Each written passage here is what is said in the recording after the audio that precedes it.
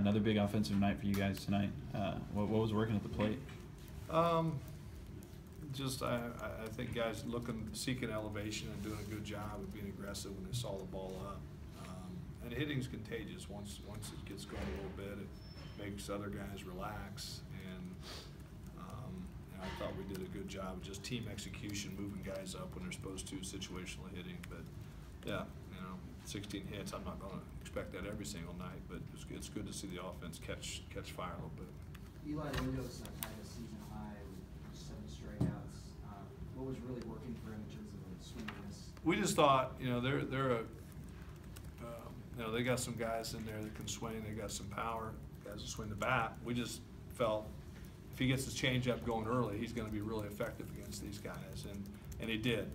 The thing, and we've talked about it in here numerous times. You just kind of look up at the end of the 5th or 6th, and Eli's probably still going to be out there giving up, 1, 2, 3 runs, and he did the same thing tonight. Did a really good job of keeping them off balance, throwing any pitch in any count. If you do that, it's pretty tough to get good swings off of you from an offensive standpoint.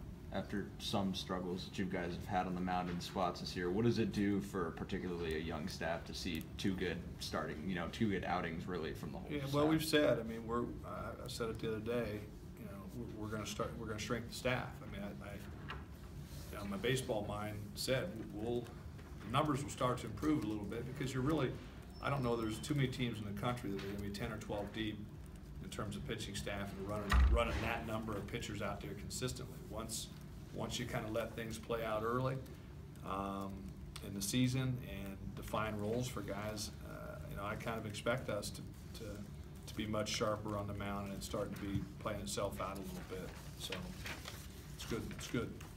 Are you starting to see some of the young guys like Alika and Gage really settle in at the plate? Yeah, the good part is just the adjustments that Alika Williams has made in the past week, and he's really working on it. And we talk all the time in our program about having a coachable spirit. And translation is be receptive to what's being taught to you. And as a coach, what you like to do is when someone does that, you like for them to have some success because then it makes it more believable for them. And he's really worked on cutting his swing down. He was too big early in the season, which happens with young hitters, man. They get amped up, and it's nice to see him starting to get some results from that hard work. And then, Workman just, continues to give us quality at bats. The kid is fearless. It's funny, he's supposed to be a senior in high school. We kind of laugh about that. And the at bats that he's putting together at his age, it's pretty cool to see. Hunter Bishop is putting up some nice at bats recently. What have you been seeing in terms of his changeup? Yeah, he's. It's one of those tough ones. One of the strikeouts tonight. Those balls were probably away, but in in kind of a lopsided game like that, the umpire's going to expand the zone, which I have no problem with that.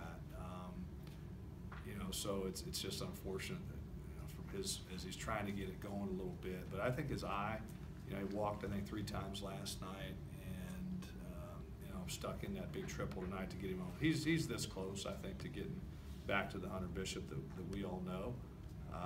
So once if the offense keeps clicking, and we've done it without him, I can't wait to see it when he gets going.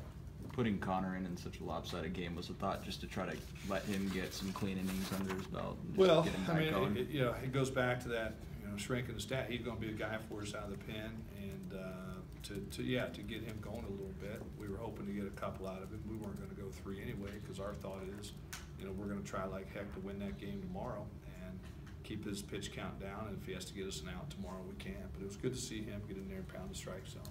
A week ago, we were talking about how young your team is. This week, you guys go 4 and 5 in your last 5 games. How quickly do you feel like your players are developing? Yeah, they're only a week older. I said it last Saturday. You can see it. It's just. I've said this. It was just disappointing how we started because we played so well leading up to the season, and then it was like once the lights flipped on, guys were all out of sorts. The heart rates were going and all that, and it was just frustrating. We're trying to put a good product out there. We know we got a good product, and when you don't do it, the tendency is the guys press more, and I think you saw that for the first handful of games. But as we talked about last week. Once this group settles in and just gets back to doing what they're doing, which you're seeing it, I'm seeing it, it's a pretty good baseball team. And, you know, but I'm not going to sit here tonight and you know, say that we're over the hump yet, because this is one of the best conferences in the league. We've got some good opponents coming up to that. When you don't have a lot of college games, and it's hard enough, even if you're an elite, you know, elite player with a lot of experience. We're still gonna have some growing pains, I'm sure. But it's nice to see some guys finally settle in. Carter Aldretti to get going a little bit too, because, you know, he wants to do well as a sophomore veteran on this team. But it's fun to see these guys settle in, because now they're playing like they're capable of playing.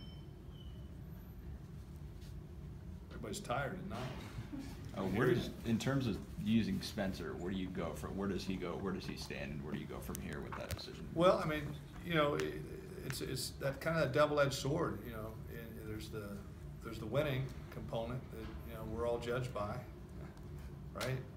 And then there's the development piece of it. And, you know, we're going to continue to work with him and continue to try to create a role for him. But, you know, truth be told, that's going to be more told by him. You know, what he does when he gets the ball, you know, does he, you know, and I think, you know, it's no secret, I've talked about this a lot in here, it's just, you got to pound it. We're going to play really well defensively. You got to throw strikes to get meaningful innings here. So, you know, I think there's a role for him. Cat's been doing a really good job of working. We're going to do a little mechanical adjustment with him, but to get him back in, to have a, you know, once Friday guy and somewhere in your bullpen is probably not a bad thing. You know, right now I think some of it's mechanical, but I think some of it's just getting confidence and getting back out there. But he's going to play a role for us. I don't know what that is right now. You know, I don't see him starting for us on the weekend. You know, but I think it's probably going to be more out of the pen until he proves that he's going to throw strikes consistently. Did you see out of Nicholas behind the plate tonight? What did you think of it? You know, he was great. I thought. I mean.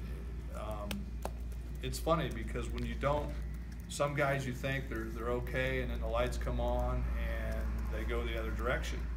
He's one, I would say, that we've just been kind of like, you know, boy, is he ready yet? Is he not ready yet? Based on what he did in practice. I think when the lights flipped on for him, he went the other way. It was like, you know what? He looks good back there. And hindsight, you know, 2020, I wish I probably would have used him a little bit earlier, you know, in a 4-game Miami weekend. But I thought he did an excellent job of receiving the baseball, his blocking skills. It's hard to do when you're a big catcher like that, but I thought were phenomenal. And I think he has eased my mind on, and I don't even want to say resting Lyle. I think he's going to push Lyle, quite frankly, behind the plate defensively. And if he's doing that, that's going to make us a better baseball team. So, and then offensively, you know, I keep a little separate chart on bats and hitting balls hard. He's been making solid contact, so good to see out of him. He's going to push for some time, I guarantee you, behind the plate and potentially at DH. A week ago, you guys were talking about trying to find the right combination of guys, and after 11 games and shrinking the bullpen, do you think that's a lot more clear right now than when it was? We're getting there. Yeah, we are. You know, and just the development of Luke, you know, helps in that piece of it. But yeah, we're getting there, I would say. Certainly, once we figure out, I think the Friday night things, you know, a step in the right direction with what Sam did last night. But you know, it's coming together. I don't like losing in the process. Don't get me wrong. But I'm willing to do a little bit of that as we figure this stuff out and give guys opportunities. So, you know, I think a true test, and we just said this to the team, a true test of who we are and who we want to be. How do we come out tomorrow? You know, do we come out satisfied with winning 2 baseball games and call it a weekend, or if we want to be in the conversation for a national championship in this program, you got to come out and play well and mature tomorrow. And I'm anxious to see how that all unfolds. During the game earlier, Man, I thought we were going to bed about 5 minutes ago. No, I'm teasing.